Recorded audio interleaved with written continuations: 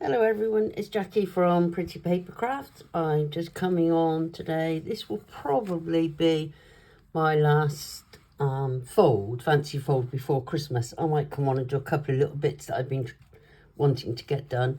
But otherwise, please bear with me, and I will be working on one over Christmas, but I won't get one recorded.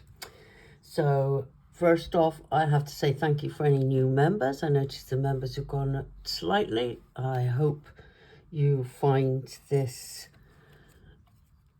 what's the word? Hope you find this group satisfying and you enjoy what I do. Otherwise, thank you to existing members, and I hope you enjoy this fold today. So today's one, what it was is I had this die free with the RSPB. It was a box one that was out during the summer, but it was really nice. Excuse me. And I thought it would look really nice cut on an angle like this. So if you take the die, what I've done is I followed the line. So I drew on a piece of card, followed this line around here. So I went in between, keeping this in line all the time. I went there one side, then I changed the other side. Then I took this away and filled the line in. Pulled that off to the side and pulled this one off to the side. And that's what I was left with. So anyway, I cut this out, as you will see on here, and I mat and layered this back of this card because it does stand. You can't see from there, but it does stand beautifully. And then from there, after die cutting several pieces, let me just get a white one. I die cut the colour that I wanted and a white one, and I glued the colour one onto the white one using a good glue. Now I say good glue is because this is standing up on its own. It has to stand up on its own, so it's got to be pretty firm because there's nothing behind it.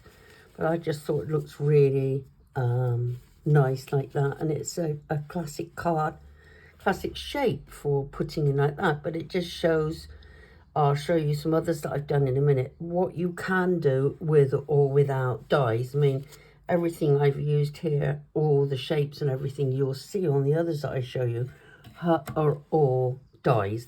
I have used dies, but I suppose you could use a topper and principally the same like you'll see on the others, but use a topper instead of a die cut. So this is the what's left at the end of it, and I just thought it was really a really nice card. These ones were dies as well. These were included in this. They're put in, I've got a little magnetic tray and I put all the tiny ones in there so they don't get lost. So I haven't dug them out yet, but these were also with it as well.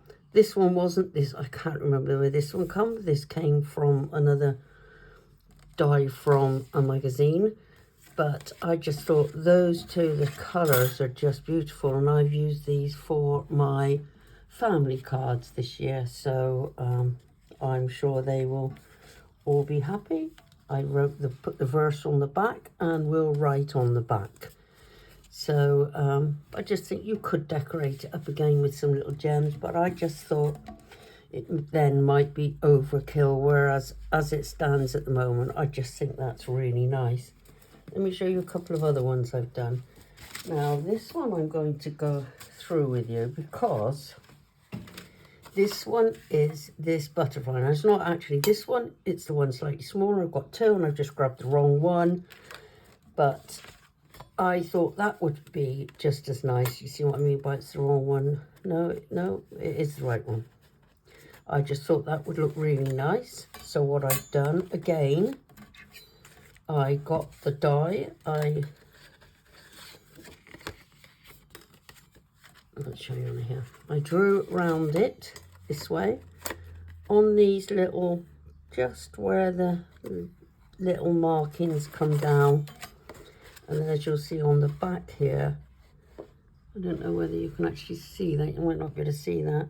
And I just cut it all away. This is probably a better one because this is the one that I cut off. And then the idea is then if you want to make more than one, then you've got a template like I did with this first one, because I kept one as a template because I made some more. So then all I had to do was put it on the card, draw around it, and I had it all there. Then when you've got this, or in the case of this first one, this one, if you pretend that that's cut away, glues just on the line. So what I did is I put a thin line of glue all the way around and then stuck this to it. So it's actually stuck on the outside, on the front of the card. Turned it over and used tweezers and that and just poked and prodded it until it was just in the right place. You need to glue under these obviously, but that's how I done the main one. This one, like I was saying, I thought this would be really nice. And if you look at it like that, it's just a really nice, it glued on easy because there's quite a wide line on that. But again, I just put the dab of glue all the way around and then stuck that to it. So if you start looking at your stash of dies, you will, I'm sure, find plenty that you could adapt to this method. It's not something new. Well, I'm not sure about drawing around it like this. But the actual concept of dividing the front of the card, hexagonal, vertical, however, that's not a new concept. But that's just how I've done that one, because I've done a butterfly one, which I will be showing you in a moment. Now, these two were just really play around.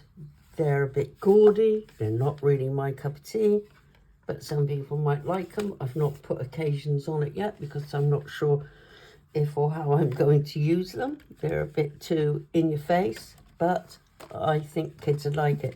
Now, what I wanted to show you on here is this one is using the same method, but I've got a lace die, and I cut literally from one corner to the other diagonally, and then just put this half on and half off. Again, I strengthened it with white card, so I had the pattern and I had the white layer underneath. But that is literally just, now this one, where this one differs slightly, is I used the front of the card and folded it, scored it in half that way. So instead of putting this on there and cutting the card, I left the card there so that when it opens, it still opens principally the same way, but this comes up off the ground slightly like that. You can't really see it from there. But as I said, these are a bit too gaudy for me, but I've made them and that's it. Somebody will like them. Now this one again is one of these folded back, but on this occasion it's quite nice. It's not too much. I scored it right the way across and then just didn't cut it round or draw it. I just put the gold on the gold, so it was mainly on there with just some of it coming off. I think that looks quite nice. I had to put happy birthday verse on the back to write on, but that's quite nice as well. I'll take those two out a minute. This is my favorite. This one is absolutely stunning. The card is just absolutely gorgeous. Hopefully when I take a picture, you will see on the photos that the pictures on here aren't going to do it justice. It's, I think, the non-shed glitter to cut the butterflies and the basic mirror card there. This one is, I thought was a nice anniversary one. Again, I used the lace die, cut it, and then just added it afterwards. This little balloon here next to the envelope, I done a boo-boo there, and I got some glue on there that I just could not get rid of, so I had to do something to cover it up. So that's what I've done. Us crafters usually come up with something. And the final one, now this is just a straightforward down, using a scallop, little tiny scalloped edge thing, and I just cut that down and I put the little mice die on there, and I just thought it looks really nice.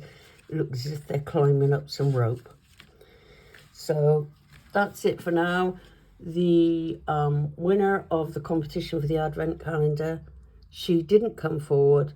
Please check and make sure it wasn't you. I done a separate video on the draw itself. Please check and make sure it's not you. I know it's too late, but at least you can keep it for next year. There's no way of me contacting her, but there is way of you contacting me.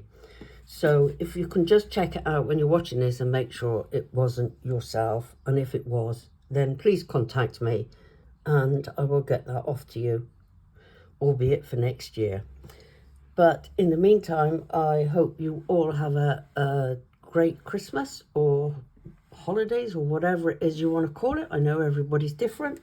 So have a good break, whatever you're doing. And here's hoping you get lots of crafty goodies and you get to use them while it's quiet. So thanks then. Signing off, Jackie. Bye.